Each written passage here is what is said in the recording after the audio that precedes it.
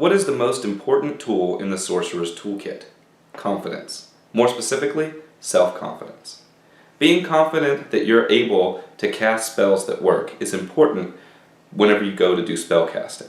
Being confident that your meditations are going to be beneficial to you is important when you sit down to meditate. Being confident that your mantras will have an effect on your subconscious mind is important whenever you perform a mantra. Now, it isn't about being confident 24/7 all day long. It's about being confident in the moment whenever you're performing the activity. If you allow yourself to give into doubt while you're performing these self-hypnosis type activities, then that doubt will creep into your hypnosis and they won't be as effective. But if you're able to let go of all doubt in that moment and be confident while performing the action, then it doesn't matter if you come back later and return to doubt or questioning of what will occur. It's important only to have the confidence while performing the ritual or action necessary. Now, a better way to explain this may be suspension of disbelief. For example, whenever you walk into a sacred circle and perform magic, it's important to suspend your disbelief that this sort of activity can't work.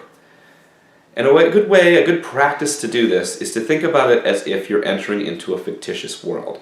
When you read a book or you watch a movie, and that subject is about a world that's not this one, or a variation of this world, then you quickly accept that within the framework of that world, that fictional world, certain things are allowed that aren't allowed in our world.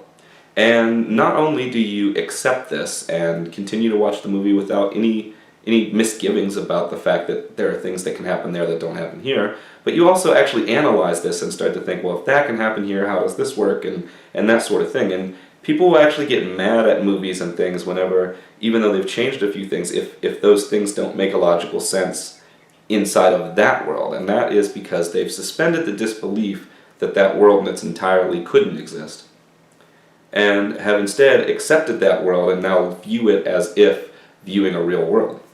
You do the same thing whenever you step into the circle. When you step into the circle, you're stepping into a world where you are a sorcerer and you have the ability to perform spells. That's all you need to accept. Just accept that premise whenever you walk in, and while in the circle, suspend disbelief and believe you are in that world, you are that sorcerer, you can move forward. And if you can do that, if you can leave your doubts aside, even if it's in a play fashion, you're going to have stronger results than what you would have had otherwise. Now, it's encouraged that when you're not in the circle, when you're doing writing things in your journal or trying to figure out what worked, what didn't work, you don't use this same practice. You want to be skeptical whenever you're reviewing results. But whenever you're performing the actions, belief, confidence, letting go of self-doubt, and suspension of disbelief are the biggest keys to success in magical practice. Safe travels. Thanks for watching. If you liked what you saw, please consider giving this video a thumbs up and sharing it on social media. If you'd like to stay updated with my latest videos, please click subscribe. If you have a comment or question, please feel free to leave it below or on my Facebook page. And if you'd like to see some of my previous work, check out Psycho Sorcerer channel on YouTube.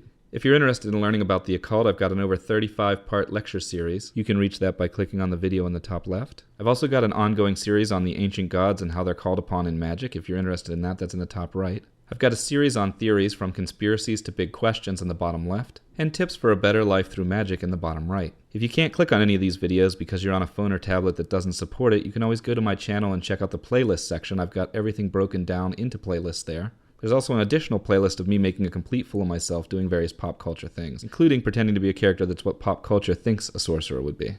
As always, I thank you for your support, and until next time, safe travels.